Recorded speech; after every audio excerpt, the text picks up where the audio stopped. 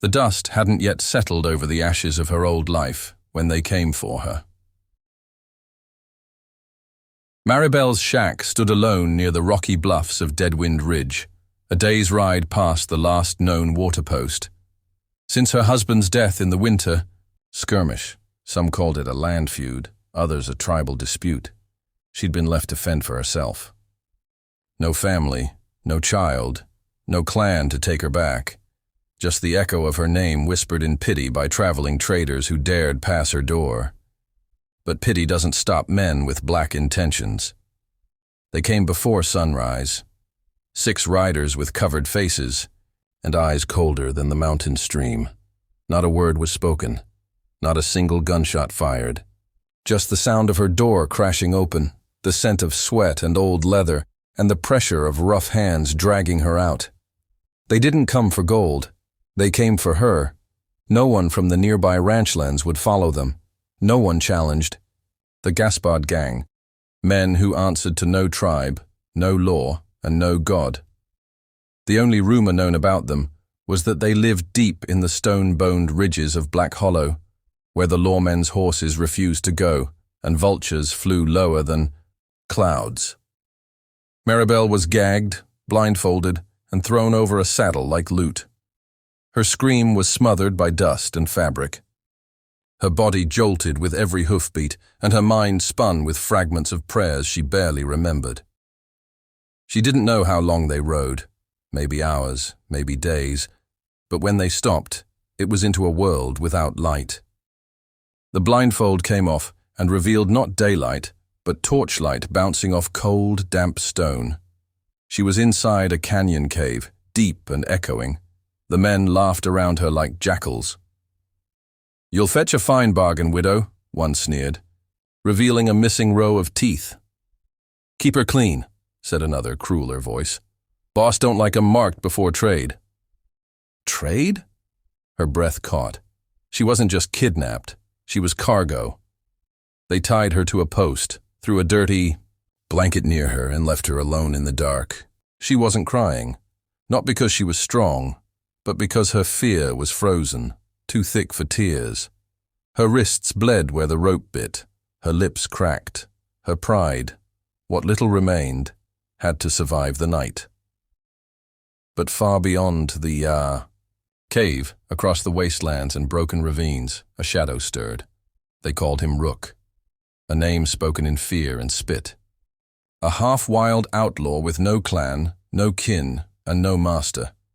He carved his own law into the bones of the Badlands. Some said he once led the Gaspard gang before they turned on him. Others whispered he slit his own brother's throat for dishonor. All agreed on one thing. Rook answered to no one, not even the devil. He lived in exile, in the broken watchtowers of Deadman's Loop, where eagles flew low and men feared to climb. But someone had left a sign near his campfire, a twisted, black cloth stained with blood, tribal code for "they've taken an innocent." And that was the only kind of war Rook still believed in. He saddled his black Mustang, wrapped his wrists in rawhide, and rode like a storm seeking thunder. They said Rook had no soul. They said he'd killed his father in a trial duel under the red moon of Coyote Pass, that he spat at tribal law and laughed while his enemies bled. But no one knew why he vanished years ago, or why he rode alone now. They didn't know about the woman he once loved in silence and married without witnesses. A woman he buried not in the ground, but in memory. Marbel. The same woman who now sat with a bleeding wrist and a rope collar in the dark belly of Black Hollow, where lawless men prepared her like an animal for market. But that night, something changed. As the wind howled outside the canyon's mouth, she felt something stir. Not hope, but instinct. A shift in the earth. The kind of dread that doesn't come from the men around her, but from something worse approaching them.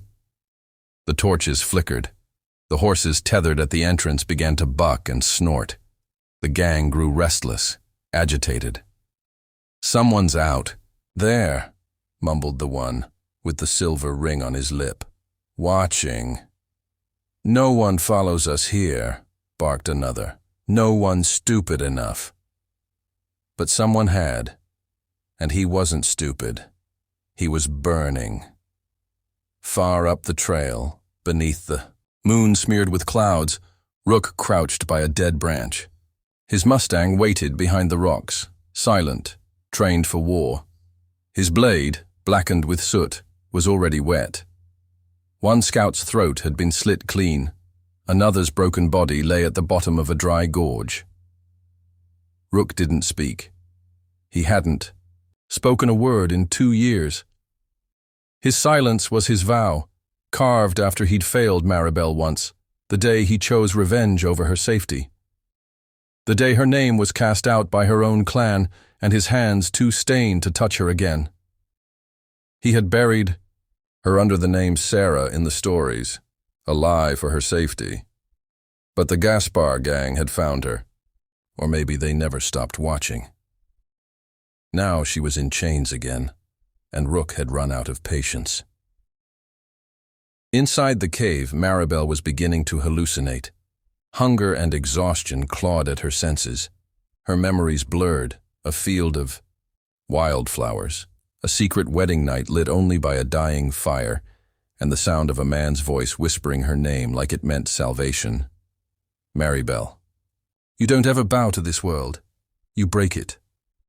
She had broken once, when Rook left to fight those who stained her name. He never returned, and she believed he had died in some outlaw war.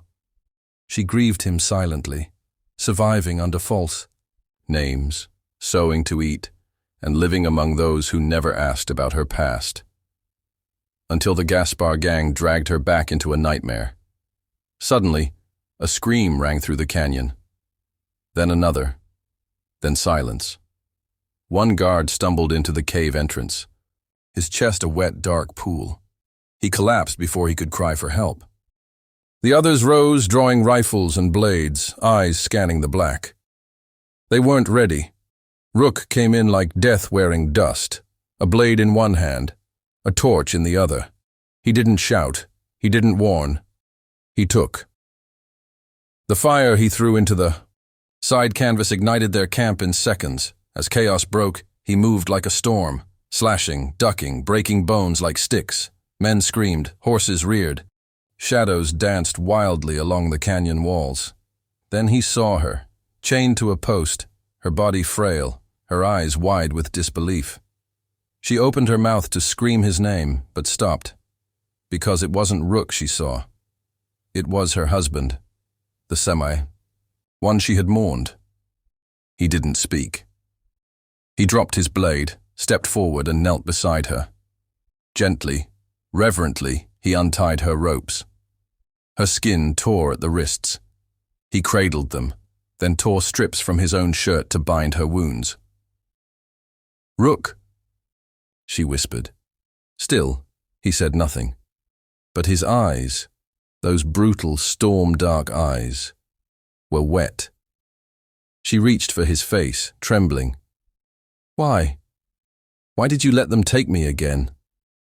He looked at her with agony, then signed with his fingers, what his voice couldn't say. "I never stopped following your shadow."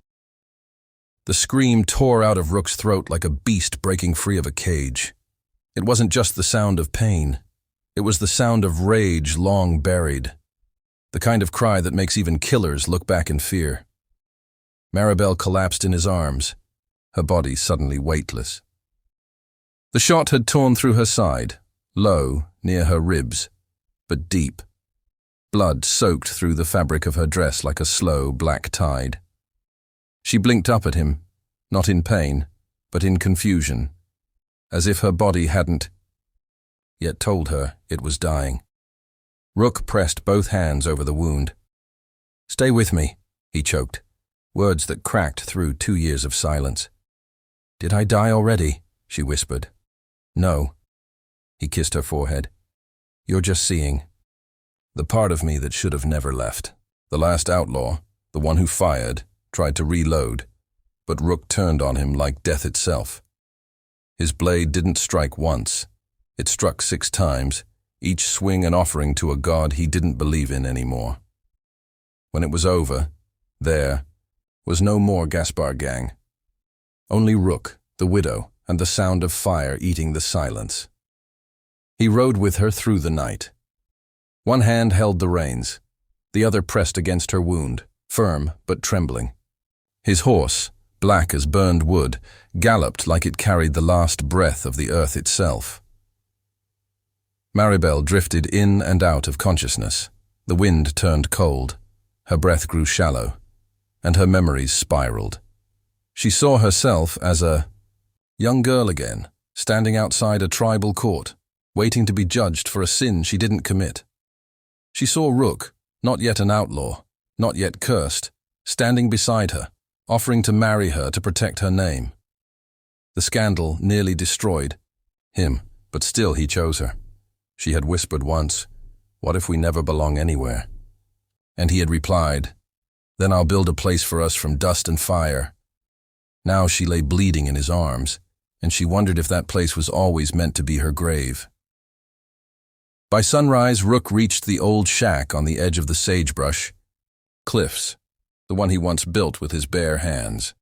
No one came there anymore, not even vultures. He carried her inside, laid her on the straw mat, and tore open his saddlebag. Whiskey, salt, needles, bandages made from his own coat. He'd seen men die from wounds half as bad, but he wasn't going to let her go, not without fighting time itself. He sewed her flesh with trembling hands, poured fire into the wound, held her down as she thrashed and screamed. She clawed at him once, not out of hatred, but pain. He held her tighter, whispering, "Breathe, damn it, breathe. I won't lose you again." 3 days passed. She didn't wake.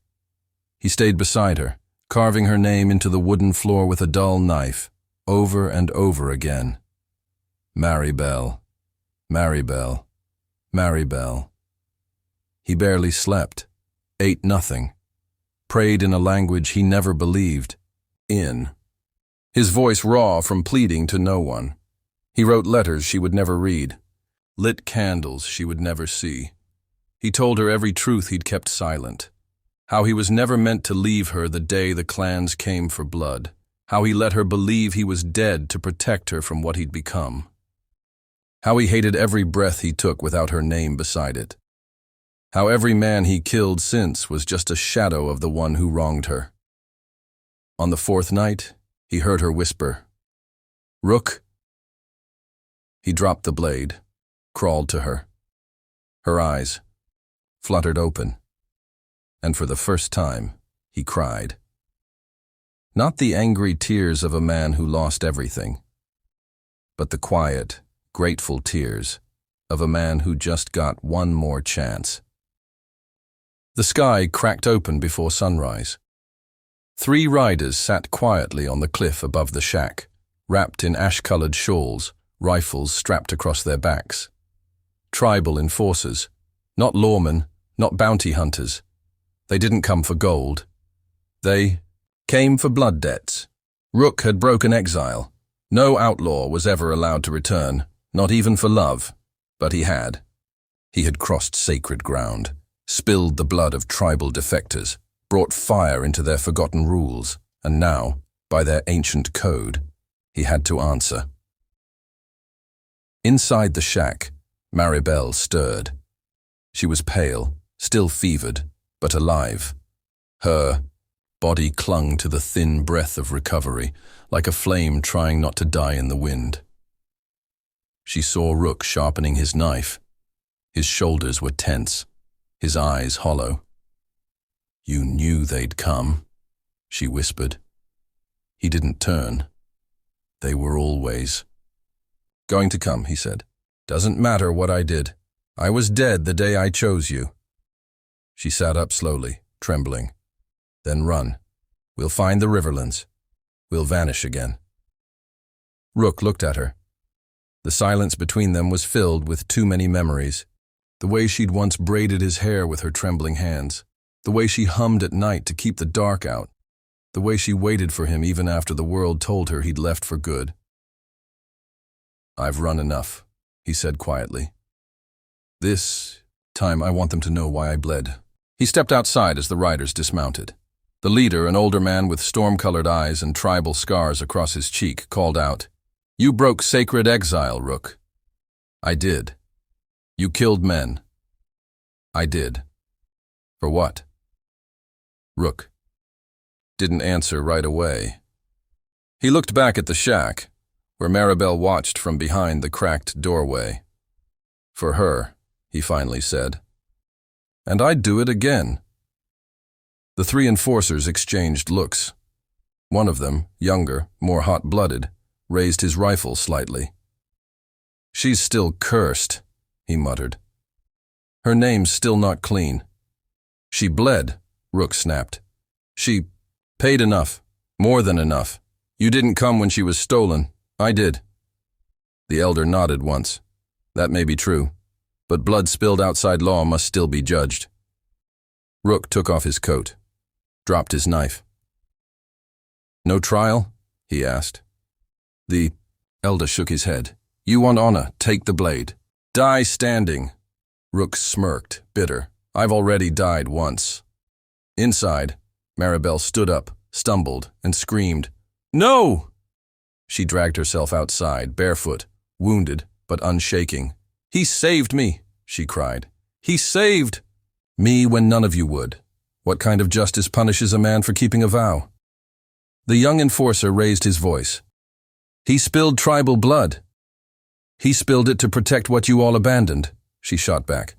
"Don't talk of law if your silence let evil grow." The old man looked at her with something like sorrow, then at Rook. "You want her name clean? I want her safe. Then one of you must pay for what was done, and not with words, but with flesh." And so the old tribal way was invoked, one life to redeem another.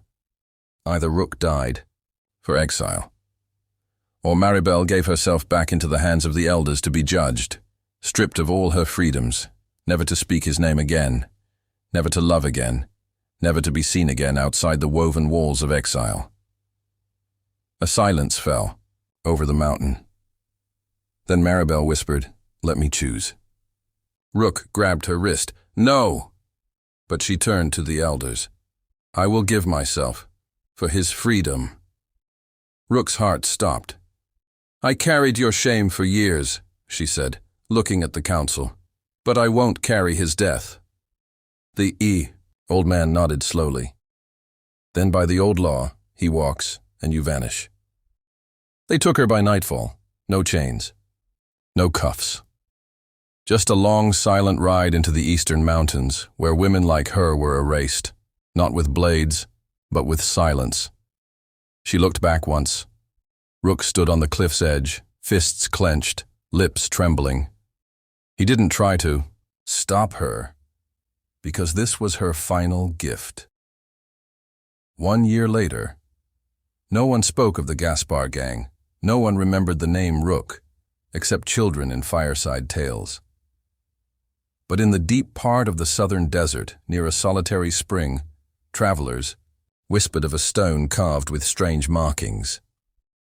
It read, "Kindness returns, not always as joy, sometimes as sacrifice. For the one who vanished to save the one who was already lost." And below it, "The desert never forgets. Not footsteps, not blood, not the names of women who vanished to protect men too broken to be saved." A full year had passed since Marbel was taken into the eastern mountains by the tribal enforcers. Since then, not a single letter, not a whisper, not a prayer had returned with her name in it. And Rook? He did not die, but he did not live either. He wandered the outer deserts, shaving his hair, burning every old map, walking barefoot across lands that once hunted him. He wasn't running anymore. He was searching. People say he'd become a madman. He spoke only to horses. He slept beside dry wells, staring at the stars, whispering her name as if it could summon her back from the wind. Children in nearby villages called him the Sand Ghost. But then, something strange happened. In a forgotten town near the southern border, a tribal girl selling salt by the roadside asked him, "Wasn't she the woman who gave herself up so you could walk free?" He froze. The girl continued, eyes bright with mischief. "I heard she still lives, but not as herself. She tends the fire in the exile sanctuary, doesn't speak, doesn't blink, just waits." Rook grabbed the girl's hand. "Where?" But she only smiled. "They say if you really want to find her, you must bleed first. Only then do the mountains open." So Rook did what only a cursed man would do.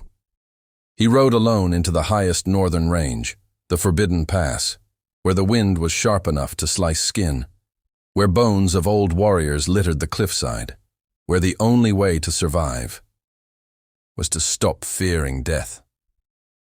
He cut open his palm and smeared her name on the rocks, Marbel, and whispered, "I'll die on this mountain, or see you once more." That night, in the frost-thin silence, a hooded figure appeared by the fire. He built. She did not speak, but she laid food beside him. And as the fire crackled, Rook whispered, "If that's you, you don't need to speak, just stay."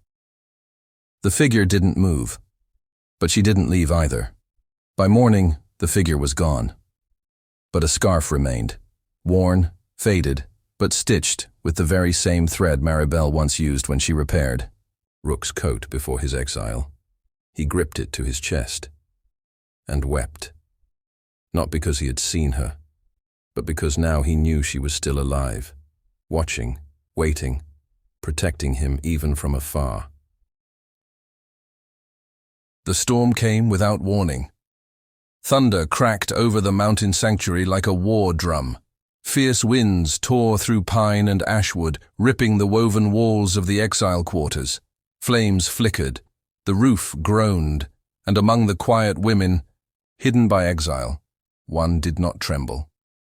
She simply stepped into the rain, bareheaded, eyes unblinking.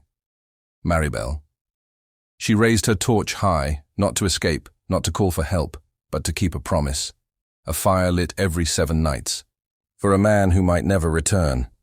But this time that fire would do more than burn. This time, it would lead him home. Far below, in the lowlands where the thunder echoed, Rook stood under a crumbling awning, watching the sky split open. Hadn't spoken her name in days. He had begun to believe he'd made it all up. The scarf, the girl, the whispers. Maybe it was guilt that kept him chasing shadows. Maybe she was truly gone, and he was just a fool dying slow. Then he saw it. A tiny orange flame flickering far up the mountainside, in the middle of a storm. Rook dropped everything and ran. He bled, he slipped, he nearly drowned in the mountain river, now swollen and furious. He shattered his knuckles on stone, tore open his shoulder, falling from a ridge. But he didn't stop. That light was the only heartbeat he'd ever known. And as he climbed higher, past the thorn forests, past the bones of those who had vanished, in exile, he saw her. She was standing still, as if she had waited years for this moment. He fell to his knees, mud, blood, and rain mixed on his face. He didn't speak. He didn't dare. She slowly stepped forward, and for the first time since the exile began, Marbel broke her silence. "You shouldn't have come." His lips trembled. "I didn't come to break your peace. I came because I finally understood." She waited. "I thought I gave up my name for you," he whispered. "But you gave up your whole self for me." Marbel's hands were shaking now. "I was never meant to be saved, Rook," she said softly. "I was meant to be forgotten. But you remembered me so loudly, the mountains began to whisper again." He reached into his satchel and pulled out a small cloth bundle. Inside was her old locket, tarnished, cracked, but still whole. I kept it, he said. Every night I opened it, and every night I asked the same question. Why did she leave? When she was finally free? She stepped closer, rain falling between them like a curtain of memory. And then, she touched his face. I left because you needed to live, Rook. Because some debts are only paid in silence. Yeah, they stayed there under that storm, until morning. No words. Just fire. Just two souls, broken by law, healed by love, and reunited not as man and wife, not as lovers, but as two people who had given up everything so the other could. Breathe. Final emotional twist, ending the saga. Rook asked her to leave with him, start anew, run far beyond the reach of tribal law, cross the eastern dunes, build a quiet life. But Marbel shook her head. I'm not done repaying, she said. There are other women here, silent like I was. I can't leave them. And so, for the second time, he let her go. Not in sorrow, but in honor. Because now he knew. She wasn't the one who needed rescuing. She was the flame. And he. Just the moth that had finally learned to burn without destroying. Epilogue. 1 year later. A new sanctuary was built in the southern highlands. Women who had been discarded, accused, or shamed were led there by whispers and by the legend of a woman with eyes like desert rain. She never told them her name, but every 7th night she lit a fire. And somewhere in the world, a man still wandered the wild frontier, always turning his face toward the flame.